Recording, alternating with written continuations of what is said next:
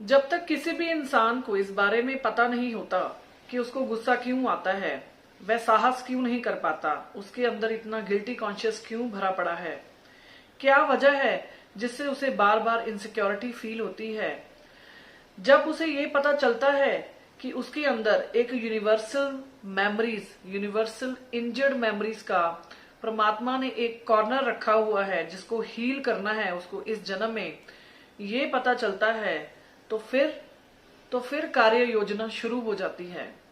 नमस्कार, welcome back to my channel once again. मैं आपकी स्पिरिचुअल कोच और आपकी फ्रेंड डॉक्टर मीनाक्षी।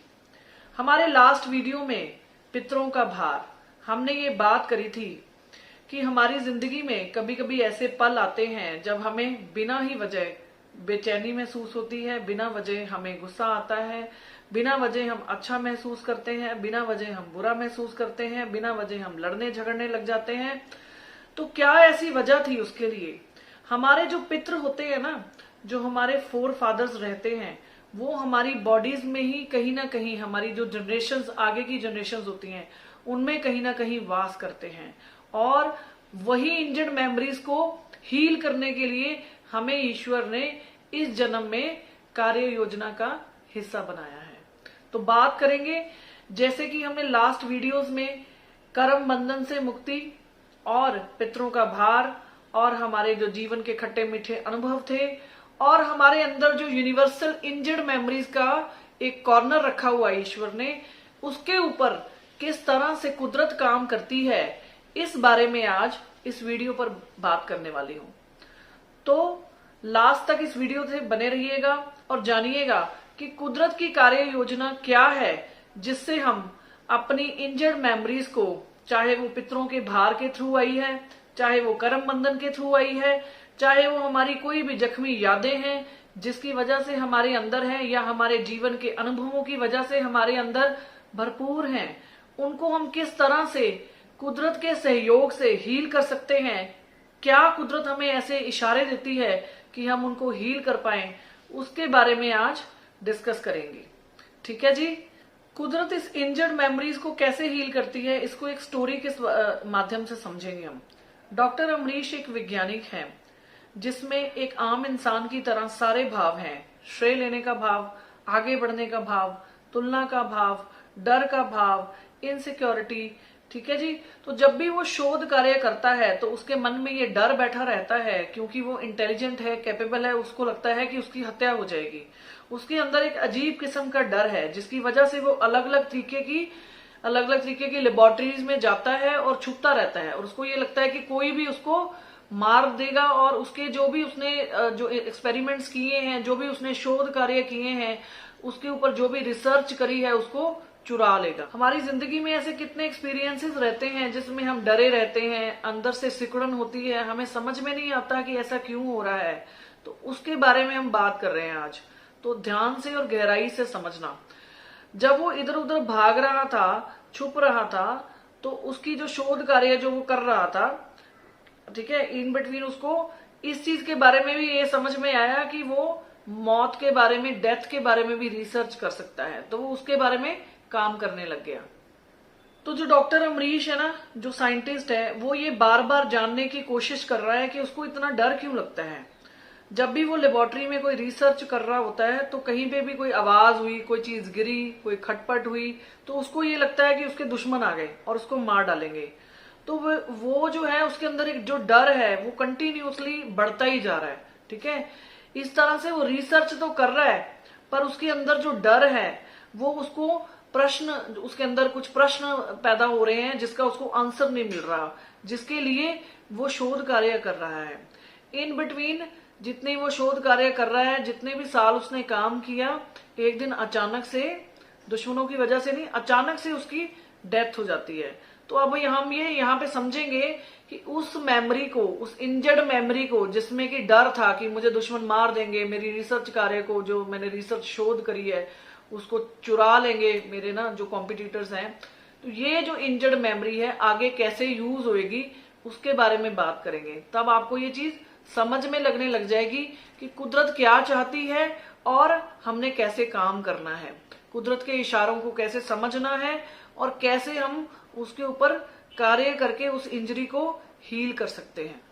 तो जो ईश्वर है ना, वो बहुत सारे शरीरों के ऊपर कार्य कर रहे हैं। पूरे ब्रह्मांड में जितनी भी बॉडीज घूम रही हैं, सबके ऊपर कार्य चल रहा है। पर इंसान की जो बुद्धि है ना, वो इतनी सीमित है ना, उसको लगता है कि पता नहीं क्या हो रहा है, उसको समझ में ही नहीं आ रहा है एक्चुअल में क्या हो रहा है। पर जो ईश्वर है, जिन्होंने इतना बड़ा ब्रह्मांड बनाया है, उनके दिमाग में ये है कि कार्य योजना चलती रहनी चाहिए, चाहे जितने मर्जी शरीर जो है उसमें यूज होए। तो हम क्या है, हम एक शरीर है, हम एक मीडियम है उस इंजर्ड मेमोरी को हील करने के लिए। तो हम समझते क्या है कि वी आर एवरीथिंग, ठीक है। इंसान की सीमित बुद्धि से परे हैं ये चीजें। तो क्या हम इसमें समझ ये है कि हमें सेल्फ के ऊपर काम करना है। हमारी जो आत्मा है, हमारा जो इंटरनल कॉन्शियस है, हमारी जो चेतना है, हमें उसके ऊपर काम करना है। ईश्वर हीलिंग उसके थ्रू करते हैं। शरीर तो बस एक मीडियम है जिसको यूज किया गया है, बार बार ईश्वर यूज कर रहे हैं। कई जो शरीर हैं उनको एहसास हो रहा है इस चीज का, कई शरीरों को नहीं हो रहा। जिनकी चेतना का स्तर नीचे है उनको नहीं समझ में आ रहा उनके साथ क्या हो रहा, और जिनकी चेतना का स्तर ऊपर है वो समझ पा रहे हैं कि वो ईश्वर की कार्य योजना का एक हिस्सा है। तो सबसे पहले वो क्या करते हैं, सबसे पहले वो उस चीज को, उस इंजर्ड मेमोरी को स्वीकार करते हैं कि मैं ईश्वर द्वारा चुना गया एक मीडियम हूं, उस इंजर्ड मेमोरी को हील करने के लिए ईश्वर की कार्य योजना का एक हिस्सा हूं, और वो पॉजिटिवली पार्टिसिपेट करने लग जाते हैं। तो लाइफ इजी हो जाती है ना। जैसे कि लास्ट मैंने अभी थोड़ी देर पहले आपको एक स्टोरी बताई थी डॉक्टर अमरीश के बारे में। डॉक्टर अमरीश की जब डेथ हुई तो उनके मन में एक डर था, उनके जो भी रिसर्च करी थी उसको चुराने का और उनको मारने का एक डर था।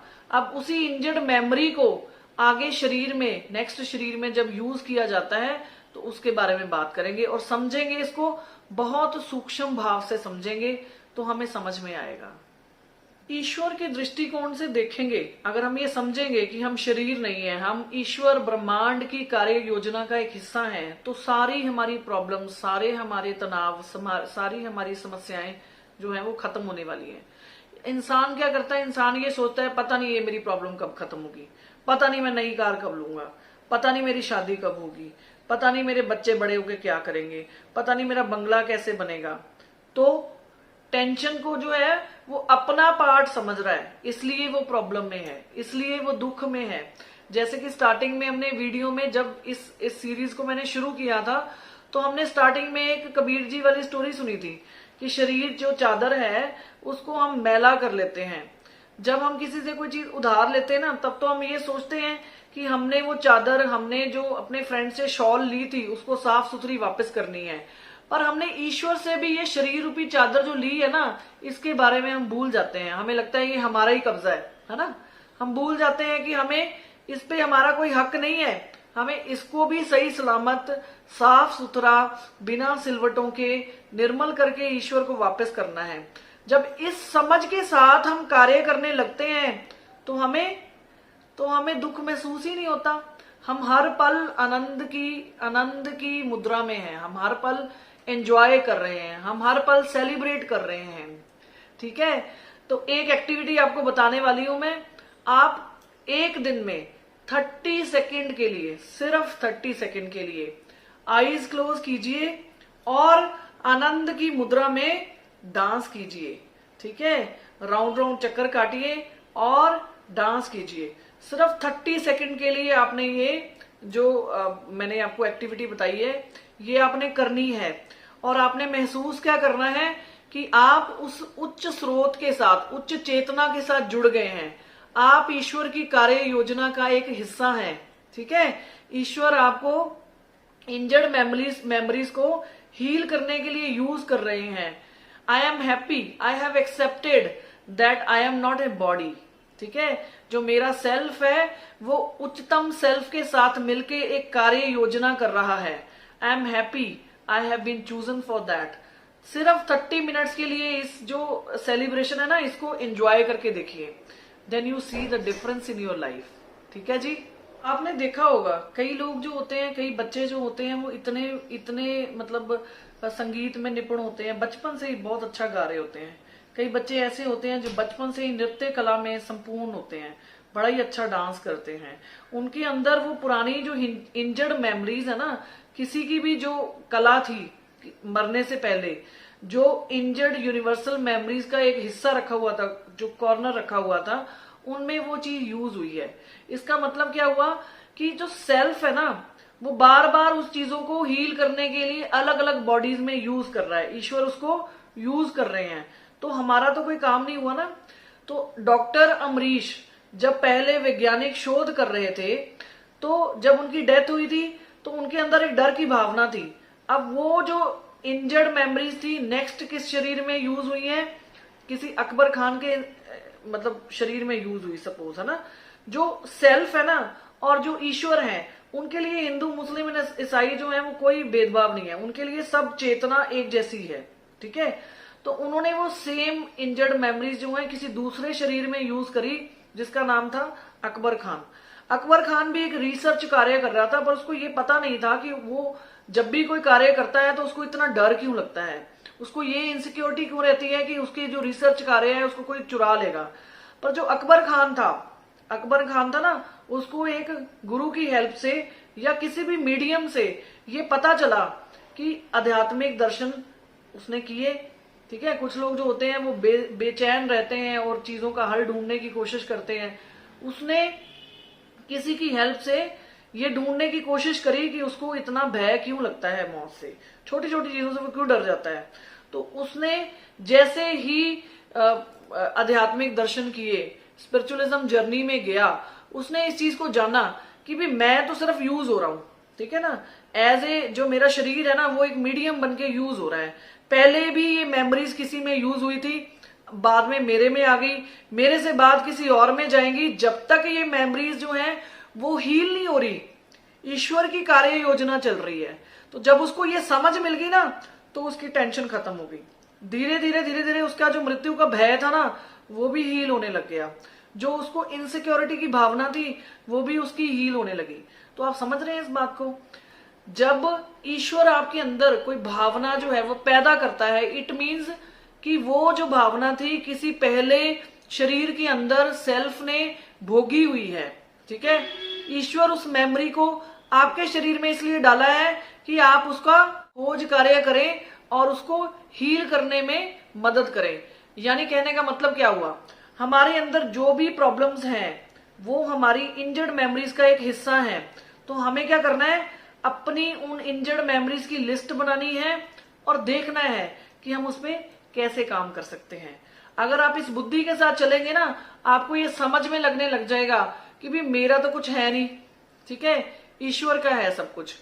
तो आप धीरे धीरे हीलिंग करके अपनी सारी बुरी यादों से बाहर आ जाएंगे, अपने सारे कष्ट जो हैं वो भूल जाएंगे और हमेशा आनंद और मौन की अवस्था को एंजॉय करने लगेंगे। But you have to practise this. आपको अपने अंदर जाके झांकना पड़ेगा कि कौन सी ऐसी इंजर्ड मेमोरी है जिससे मैं परेशान रहता हूं, ठीक है। मैंने उस चीज को हील करना है। तो आप हील करने के लिए जब उच्च कार्य योजना का हिस्सा बन जाएंगे, ईश्वर को समर्पित कर देंगे, तब आपको ये पता चलने लग जाएगा, आपकी चेतना जो है वो आपको गाइड करने लग जाएगी कि आप कैसे उस रास्ते में अपने आप को ठीक कर सकते हैं, अपनी उन बुरी यादों से बाहर निकल सकते हैं। आपकी जो प्रॉब्लम्स थी आप उसमें से कैसे सोल्यूशन ढूंढ सकते हैं। करके देखिए, मैंने बहुत बार लाइफ में अप्लाई किया है, मुझे इसके बहुत अच्छे रिजल्ट्स मिले हैं। आइए रोजमर्रा के उदाहरण से हम इसको समझते हैं। एक इंसान को किसी उसके दोस्त ने रात को शराब पिलाकर मार दिया प्रॉपर्टी के लिए, ठीक है। तो उसकी जो मेमोरी है ना, मरने से पहले जो थी उसके अंदर, वो यही रही होगी कि किसी पे विश्वास ना करो, ठीक है। तो जब वो मेमोरी ईश्वर किसी दूसरे सेल्फ में यूज करेंगे उसको हील करने के लिए, तो वो जो दूसरा इंसान है ना वो किसी पे भरोसा नहीं कर पाएगा। उसको लगेगा कि सारे जो लोग हैं वो धोखेबाज होते हैं, फ्रेंडशिप जो है इतनी आसानी से ट्रस्ट नहीं कर सकते आप फ्रेंडशिप में किसी के ऊपर। तो ईश्वर अलग अलग माध्यम से हमें ये समझा रहे हैं कि हमें उसके ऊपर काम करना है।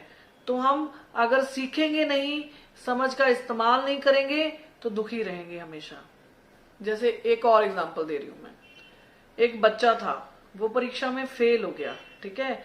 जब उसने घर जाके अपने पेरेंट्स को बताने की कोशिश करी, तो उसने झूठ का सहारा नहीं लिया, उसने सच बोला अपने पेरेंट्स को कि मैं परीक्षा में फेल हो गया। उनकी फैमिली में ऑलरेडी कोई प्रॉब्लम चल रही थी उसके पेरेंट्स के बीच में, तो परेशानी की वजह से पिता ने उसको थप्पड़ मार दिया। अब उसके अंदर इंजर्ड मेमोरी क्या हुई, उसके अंदर इंजर्ड मेमोरी क्या आ गई कि सच बोलने से मार पड़ती है। तो अब जब उस मेमोरी को किसी दूसरे शरीर में डाला जाएगा, तो वो जो इंसान होएगा ना, वो सच बोलने से डरेगा हमेशा, ठीक है। समझ रहे हो? मैं आपको अलग अलग 3-4 एग्जांपल देके समझा रही हूं, जिससे आपको ये क्लैरिटी होगी कि आप अपने अंदर की इंजर्ड मेमोरीज को कैसे ढूंढेंगे हील करने के लिए। कुछ इंसान होते हैं ना, उनको हमेशा डर लगता है, अकेले रहने से डर लगता है, उनको लिफ्ट में जाने से डर लगता है, बेचैनी होती है, पानी में गिरने से, मतलब उनको पानी जो है, उनको लगता है कि पानी से डर लगता है, मैं डूब जाऊंगा।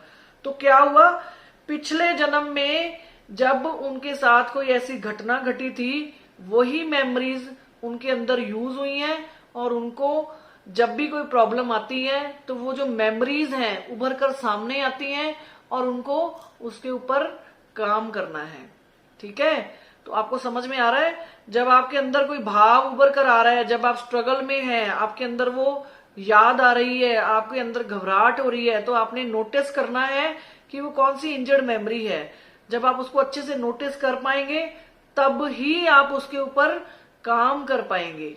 तो इंपॉर्टेंट क्या है, अपने सेल्फ को खोजना। सबसे पहले अपने आप को जानिए। देखो, हमें लोगों के बारे में जानने का तो बड़ा ही इंटरेस्ट रहता है, हम फोन करके घुमाते हैं, इधर उधर बातें करते हैं, ठीक है। हमें बड़ा मजा आता है कि फलाना बंदा ऐसे, फलाना ऐसे, फलाना ऐसे। अरे यार, इतना काम अगर हम अपने ऊपर कर लेना, तो लाइफ देखो क्या चुटकी चुटकी में आपको आनंद का अनुभव होगा, है ना। आप इस चीज को एंजॉय कीजिए। ईश्वर ने आपको सिर्फ एक ही जन्म दिया है, ठीक है। इस इंजर्ड मेमोरी से अगर आप वाकिफ हो जाते हैं और परमात्मा की कार्य योजना को समझने लग जाते हैं, तो देखिए लाइफ कितनी हसीन हो जाती है।